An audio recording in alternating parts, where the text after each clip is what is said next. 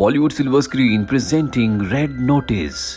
इस कहानी की शुरुआत में बताया जाता है कि फर्स्ट सेंचुरी बीसी में रोमन के जनरल जिनका नाम मार्क एंटनी था, जब उनकी शादी इजिप्शियन क्वीन से हो रही थी तो उन्होंने शादी के गिफ्ट के तौर पर उन्हें 3 गोल्ड के एग्स दिए थे जो कि बहुत ही बेशकीमती थे।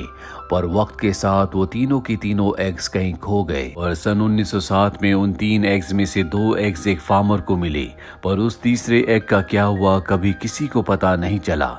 कहानी आती है प्रेजेंट डे में, जहां में एफबीआई के एजेंट जॉन को दिखाया जाता है जिसे इंटरपोल ने रोम भेजा है। रोम में उसकी साथी उर्वशी भी होती है। दरअसल इंटरपोल को खबर मिली है कि उन दोनों गोल्डन एग्स में से एक गोल्ड एग को, जिसे म्यूजियम में डिस्प्ले के लिए रखा गया है, कोई वहां से चुराना चाहता है और इसीलिए जॉन को यहाँ पर भेजा गया है। जॉन और उर्वशी जब म्यूजियम के अंदर जाते हैं तो म्यूजियम का जो ओनर होता है वो कहता है कि हमारा गोल्ड एग पूरी तरह से सुरक्षित है। जॉन उस नायाब गोल्डन एग के पास जाता है जहां सभी लोग उसे देख रहे होते हैं। जॉन अब यहाँ पर स्कैनर मंगवाता है और जब वो स्कैनर से गोल्ड एग को स्कैन करता है तो उसे पता चल जाता है कि ये असली नहीं बल्कि ये नकली एग है। हालांकि म्यूजियम के ओनर को उस पर विश्वास नहीं आता। जिसके बाद जॉन एक बच्चे से कोल्ड ड्रिंक लेकर उसके ऊपर डालता है। वो एग मेल्ट होना शुरू हो जाता है जिससे सबको पता चल जाता है कि असली एग यहाँ से किसी ने चुरा लिया और उसके बदले यहाँ पर नकली एग रख दिया। अब क्योंकि चोरी अभी अभी हुई है, इसका मतलब चोर भी यहीं पर होगा। उर्वशी कहती है कि सारे दरवाजे बंद कर दिए जाएं और तभी यहाँ पर नोलन नाम का एक आदमी भागने लगता है। दरअसल इसी ने उस एग को चुराया है। ये दुनिया का सबसे बड़ा चोर है और ये चोरी पैसे कमाने के लिए नहीं बल्कि अपना नाम करने के लिए करता है, ताकि दुनिया का सबसे बड़ा चोर इसी को समझा जाए। अब जॉन इसका पीछा करना शुरू करता है, लेकिन यहाँ से नोलन बड़ी आसानी से जॉन की आंखों में धूल झोंक कर निकल जाता है। नोलन इसके बाद अपने घर पर जाता है जो कि एक टापू में है, पर जैसी वो उस एग को लेकर घर के अंदर एंटर होता है तो जॉन पहले से वहां पर उसका इंतजार कर रहा होता है। जॉन के साथ उर्वशी और इंटरपोल की पुलिस भी होती है। दरअसल जॉन को इसी चोर को यानी कि नोलन को पकड़ने के लिए असाइन किया गया था, क्योंकि नोलन ने दुनिया में बहुत ही बेशकीमती चीजों को चुराया है। 13 साल की उम्र से उसने ठान लिया था कि वो दुनिया का सबसे महान चोर बनेगा और उसी चीज को साबित करने के लिए वो चोरियां कर रहा होता है, पर अब वो पकड़ा जा चुका है। इसके बाद जॉन और उर्वशी उसे एक गाड़ी में रखते हैं। उर्वशी जॉन से कहती है कि इसके साथ मैं जाऊंगी, तुम गोल्डन एग को लेकर दूसरी गाड़ी से आओ। जॉन उस एग को दूसरी गाड़ी में रख देता है, पर तभी कोई उस गोल्डन एग को बदल देता है जिसके बारे में जॉन को पता नहीं चलता। अब क्योंकि जॉन ने इस केस को खत्म कर दिया इसीलिए अगले दिनों दुबई जा रहा होता है। तभी उसके पास उर्वशी आती है जिसके पास वो गोल्डन एग भी है। वो जॉन से कहती है कि शायद तुम्हें यहाँ से निकलने की बहुत जल्दी है, मैंने असली एग तुम्हें दिया था। और अब उसके हाथ में जो एग होता है उस एग को फोड़ देती है और कहती है कि हमने तुम्हारे बैंक अकाउंट्स चेक किए हैं, तुमने शायद असली एग की डील किसी और से की है, इसीलिए आज तुम्हारे बैंक अकाउंट में सुबह ही लाखों डॉलर्स ट्रांसफर हुए हैं। वो अपनी सफाई में कुछ भी नहीं कह पाता, जिसके बाद उसे अरेस्ट करके रशिया की एक जेल में भेज दिया जाता है। ये जेल बर्फीली चट्टानों के ऊपर होती है जहां से भागना पूरी तरह से नामुमकिन है। बड़े बड़े मुजरिमों को इस जेल में भेजा जाता है। जॉन जब अपनी सेल के अंदर जाता है तो देखता है कि पहले से वहां पर नोलन है। अगले दिन खाने के वक्त नोलन जॉन को बताता है कि इजिप्ट का एक बहुत अमीर आदमी जो कि बिलियनियर है, वो उन तीनों गोल्डन एग्स को अपनी बेटी की शादी में तोहफे के तौर पर गिफ्ट करना चाहता है।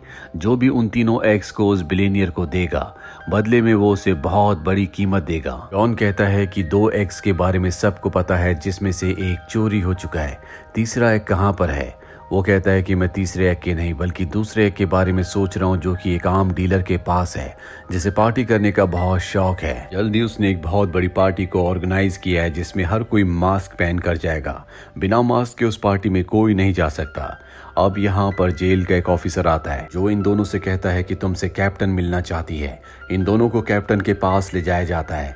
कैप्टन दरअसल वही लड़की है जो जॉन को नोलन के बारे में सारी इंफॉर्मेशन दिया करती थी और इसी लड़की ने असली एग को नकली एग से बदल दिया था, यानी कि एक एग इसी लड़की के पास है और अब इसे तीसरे एग के बारे में जानना है कि वो तीसरा एग जो आज से हजारों साल पहले खो गया था जिसका कुछ पता नहीं चला, वो एग कहाँ पर है। इस कैप्टन का नाम बिशप होता है जो नोलन से कहती है कि मुझे पता है कि तुम्हें तीसरे गोल्डन एग के बारे में पता है, तुम मुझे तीसरे गोल्डन एग के बारे में बता दो जिसके बदले मैं तुम्हें 10% देने के लिए तैयार हूँ।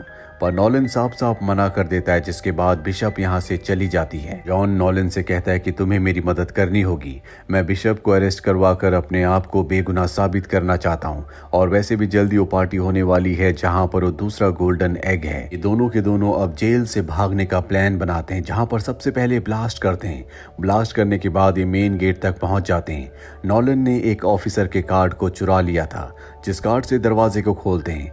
इसके बाद ये दीवार को तोड़कर हेलीकॉप्टर तक पहुंच जाते हैं, लेकिन अब यहाँ पर गार्ड्स भी आ चुके होते हैं। नॉलन हेलीकॉप्टर को स्टार्ट कर देता है और जॉन अब भी पीछे होता है, जिसके ऊपर गार्ड्स हमला कर रहे होते हैं। पर इससे पहले कि वो जॉन को मार दे, जॉन एक जंप करके हेलीकॉप्टर में पहुंच जाता है। ये दोनों के दोनों हेलीकॉप्टर से इस जगह से निकलने में कामयाब हो जाते हैं और अब ये उस तरफ निकल पड़ते हैं जहां पर वो दूसरा गोल्डन एग है। जॉन को नॉलन बताता है कि जहां पर एग रखा गया है उस जगह को सिर्फ उस आर्म डीलर की आंखों के रेटिना से और उसके फिंगरप्रिंट और आवाज से ही खोला जा सकता है। इसके अलावा उसे खोलने का कोई भी तरीका नहीं है। साथ ही आसपास बहुत ही खतरनाक सिक्योरिटी होगी। अभी दोनों के दोनों पार्टी में पहुंच जाते हैं, जहां पर नॉलन जॉन से कहता है कि तुम्हें उस आर्म डीलर के मोबाइल को चुराना होगा, क्योंकि उसमें एक सिक्योरिटी कोड है। मैं किसी तरह से उसके फिंगरप्रिंट्स का इंतजाम करता हूँ। जॉन को यहाँ पर बिशप भी दिख जाती है, जो दूसरे गोल्डन एग को चुराने के लिए आई है। जॉन उसके पास जाता और उसे डांस ऑफर करता है।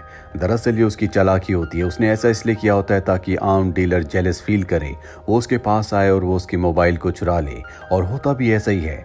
जब आर्म डीलर उसके पास आता है तो जॉन उसके मोबाइल को चुरा कर वहां से निकल जाता है। नॉलन ने भी फिंगरप्रिंट्स का इंतजाम कर लिया होता है। ये दोनों के दोनों सिक्योरिटी से बचते हुए आर्म डीलर के कमरे तक पहुंच जाते हैं, जहां पर ये कोड से और उसके फिंगरप्रिंट से दरवाजे को खोल लेते हैं।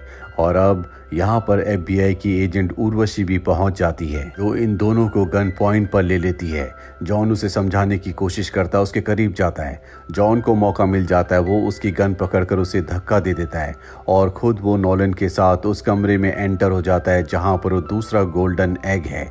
ये देखते हैं कि वहां पर बिशप पहले से है। ये उस पर हमला करना चाहते हैं, लेकिन बिशप बहुत अच्छी फाइटर होती है। वो पूरी तरह से इनके ऊपर हावी हो जाती है। और अब आर्म डीलर को पता चल चुका है कि कोई उसका गोल्डन एग चुराने के लिए उसके चेम्बर तक पहुंच चुका है। इसीलिए आर्म डीलर अपने लोगों के साथ यहाँ पर पहुंच जाता है। जॉन आर्म डीलर से कहता है कि ये लड़की जिसका नाम बिशप है, वो तुम्हारे गोल्डन एग को चुराने की कोशिश कर रही थी। आर्म डीलर कहता है कि वो चुराने की कोशिश नहीं कर रही थी, बल्कि वो तुमसे बचाने की कोशिश कर रही थी। दरअसल पहले बिशप ने आर्म डीलर से हाथ मिला लिया होता है। अब इन दोनों को पकड़ लिया जाता है, जिसके बाद बिशप इन दोनों के पास आती है। वो नॉलन से कहती है कि अगर तुम मुझे तीसरे एग के बारे में बता दोगे तो मैं तुम्हें आज़ाद कर दूंगी, और अगर तुमने नहीं बताया तो मैं जॉन को टॉर्चर करूंगी। इसके बाद वो जॉन को टॉर्चर करना शुरू कर देती है। नॉलन कहता है कि मैं तुम्हें तीसरे एग के बारे में सब कुछ बताने के लिए तैयार हूँ। नॉलन उसे तीसरे एग की लोकेशन बता देता है, जिससे बिशप बहुत खुश हो जाती है। वो आर्म डीलर के साथ इस खुशी को चीयर करने के लिए एक एक शैंपेन का गिलास पीती है, और जब आर्म डीलर अपने शैंपेन के गिलास को खत्म करता है तो वहीं पर बेहोश हो जाता है, क्योंकि बिशप ने जिस तरह से जॉन को धोखा दिया था, अब उसने आर्म डीलर को भी धोखा दे दिया है। वो उसके गोल्डन एग को लेकर तीसरे एग को हासिल करने के लिए यहाँ से निकल जाती है। आर्म डीलर को जब होश आता है तो उसे सब कुछ धुंधला दिख रहा होता है। वो अंधाधुंध गोलियां चलाना शुरू कर देता है और एक गोली जॉन की हथकड़ी पर लग जाती है, जिससे उसके हाथ खुल जाते हैं। और अब जॉन यहाँ से अकेला ही जा रहा होता है। नॉलन उसे कहता है कि मैंने बिशप को जो लोकेशन बताई थी वो गलत थी, सही लोकेशन अब भी मेरे दिमाग में है। जॉन नॉलन को खोलकर अपने साथ ले जाता है। ये किसी तरह से यहाँ से निकल जाते हैं, जिसके बाद एक ट्रेन में जाते हैं। यहाँ पर जॉन नॉलन से कहता है कि मुझे उस तीसरे एग की लोकेशन के बारे में बताओ। हालांकि शुरू में नॉलन उसे नहीं बता रहा होता। इसके बाद जॉन उसे ट्रेन से गिरा देने की धमकी देता है। साथ ही वो नॉलन से ये भी कहता है कि मैं किसी भी तरह से अपने आप को बेगुनाह साबित करना चाहता हूँ, जिसके लिए मुझे बिशप को पुलिस के हवाले करना होगा, एग्स को हासिल करना होगा। अगर तुम मेरी इसमें मदद करोगे तो मैं तुम्हें दुनिया का नंबर 1 चोर बना दूंगा, जैसा कि तुम हमेशा से चाहते थे। और अब नॉलन उसे सब कुछ बताने के लिए तैयार हो जाता है। वो बताता है कि वर्ल्ड वॉर 2 के दौरान हिटलर के एक आदमी को गोल्डन एग के बारे में पता चल गया था। जल्दी उसने उस एग को हासिल कर लिया, जिसके बाद हिटलर ने अपनी सभी कीमती चीजों को अपने उस आर्ट कलेक्टर को दिया और सभी चीजों को किसी खास सुरक्षित जगह पर छुपाने के लिए कहा। जिसके बाद वो शिप से सभी कीमती चीजों को अपने साथ ले गया, जिसमें वो गोल्डन एग भी था। उसने उन कीमती चीजों को, पूरे खजाने को कहीं पर छुपा दिया, पर उसकी मृत्यु हो गई। इसीलिए किसी को कभी पता नहीं चला कि वो खजाना कहाँ यहाँ पर था। कई लोगों ने खजाना ढूंढने की कोशिश की, जिसमें मेरे पिता भी थे, लेकिन कभी उन्हें खजाना नहीं मिला। मेरे पिता ने उसी आदमी की जिसने खजाने को छुपाया था, ऑक्शन से उसकी एक घड़ी को खरीदा था, जो वो हमेशा अपनी कीमती चीज़ों में शामिल करके रखा करते थे। मेरे पिता की मृत्यु के बाद जब मैं घर गया तो मुझे वही घड़ी मिली, जिसे मैंने गुस्से से नीचे फेंक दिया। घड़ी टूट गई और उसके अंदर से कागज़ का टुकड़ा निकला जिसमें कुछ कोऑर्डिनेट्स थे। मैं समझ गया कि ये उसी खजाने के कोऑर्डिनेट्स हैं जो खजाना उसने 1945 में यानी कि वर्ल्ड वॉर 2 के दौरान जंगल में कहीं छुपा दिया था। और अब उन कोऑर्डिनेट्स की मदद से ये जंगल के उस हिस्से में पहुंच जाते हैं जहां पर खजाना छुपा हुआ है। जॉन उस मजबूत दरवाजे को खोलता है, जिसके बाद ये अंदर जाते हैं। अंदर एक और मजबूत दरवाज़ा होता है जिसे ये उस घड़ी की मदद से खोल देते हैं। और जब ये उस कमरे में जाते हैं तो देखते हैं कि वहाँ पर बहुत बेशकीमती चीज़ें हैं। इन्हें वहाँ पर वो तीसरा गोल्डन एग भी मिल जाता है। ये बहुत खुश हो जाते हैं, पर तभी पीछे से बिशप आ जाती है जो इनका शुरू से पीछा कर रही थी। बिशप कहती है कि मुझे पता था कि तुमने जो मुझे लोकेशन बताई है वो गलत है, इसीलिए मैं हमेशा से तुम्हारे पीछे थी, और अब मुझे गोल्डन एग दे दो। इससे पहले कि ये उसे गोल्डन एग देते, FBI की एजेंट उर्वशी अपने लोगों के साथ यहाँ पर पहुँच जाती है जो इनके ऊपर हमला कर देते हैं। यहाँ पर पहले से हिटलर ने एक एंटीक गाड़ी को रखा होता है जिसमें तीनों के तीनों गोल्डन एग के साथ भागने में कामयाब हो जाते हैं। आगे सड़क नहीं होती, इसीलिए अपनी गाड़ी को इन्हें पानी में जंप करवाना पड़ता है। पानी से सबसे पहले नॉलन बाहर निकलता है जिसके पास गोल्डन एग भी होता है। हालांकि उसके पास भागने का मौका है, लेकिन वो जॉन को धोखा नहीं देना चाहता, इसीलिए जॉन को ढूंढने के लिए पानी में जाता है, पर जॉन उससे पहले पानी से निकल चुका होता है। जॉन ये देखकर हैरान होता है कि नॉलन ने गोल्डन एग को छोड़कर उसे बचाने की कोशिश की। तभी बिशप भी पानी से बाहर आ जाती है। नॉलन कहता है कि तुम्हारा खेल खत्म हो गया, तुम हार गई, हमारे पास तीसरा गोल्डन एग है, मैं दुनिया का सबसे बड़ा चोर हूँ। और वो जॉन से कहता है कि तुम इसे गिरफ्तार कर लो ताकि तुम अपने आप को बेगुनाह साबित कर सको। और जब जॉन बिशप के पास जाता है तो उसे किस करता है। नॉलन को समझ में आ जाता है कि ये दोनों एक दूसरे से मिले हुए हैं, इन दोनों ने मिलकर उसे धोखा दिया है। और जॉन कभी FBI का एजेंट था ही नहीं, बल्कि वो FBI को भी धोखा दे रहा था। ये दोनों शुरू से नॉलन को फॉलो कर रहे थे, जिसकी वजह से अब इन्होंने तीनों गोल्डन एग्स को हासिल कर लिया है। और ये इन तीनों गोल्डन एग्स को इजिप्ट के उस बिलियनियर को देना चाहते हैं ताकि ये दुनिया के अमीर लोगों में से एक बन जाए, साथ ही दुनिया के सबसे बड़े चोर का खिताब भी इन्हें मिल जाए। ये नॉलन को यहाँ पर बांधकर इजिप्ट पहुंच जाते हैं, जहाँ पर वो शानदार आलीशान शादी की पार्टी चल रही होती है, जहाँ पर ये तीनों गोल्डन एग उस बिलियनियर को दे देते हैं। वो बिलियनियर इन्हें बहुत सारे पैसे देता है। अभी शादी को एंजॉय कर रहे होते हैं, लेकिन तभी वहाँ पर FBI इंटरपोल की पुलिस आ जाती है, जिनमें उर्वशी भी होती है। सबसे पहले बिलियनियर को अरेस्ट कर लेते हैं क्योंकि उसके पास तीनों चुराए हुए गोल्डन एग्स है। ये देखकर यहाँ से जॉन और बिशप भाग जाते हैं, जो कुछ दिनों के बाद समंदर के बीचों बीच छुट्टियां मनाने के लिए जाते हैं। और जब वो अपने शिप पर होते हैं तभी वो देखते हैं कि नॉलन पहले से वहां पर है। नॉलन कहता है कि जब तुम जंगल में मुझे बांध कर चले गए थे तो वहां पर FBI की ऑफिसर उर्वशी पहुंच गई थी। मैंने उसे तुम्हारे पूरे प्लान के बारे में बता दिया कि किस तरह से तुम एक बिलियनियर को इन तीनों एग्स को बेचना चाहते हो। वो मुझे पकड़कर अपने साथ ले गई, लेकिन मैं उसकी कस्टडी से भागने में कामयाब हो गया।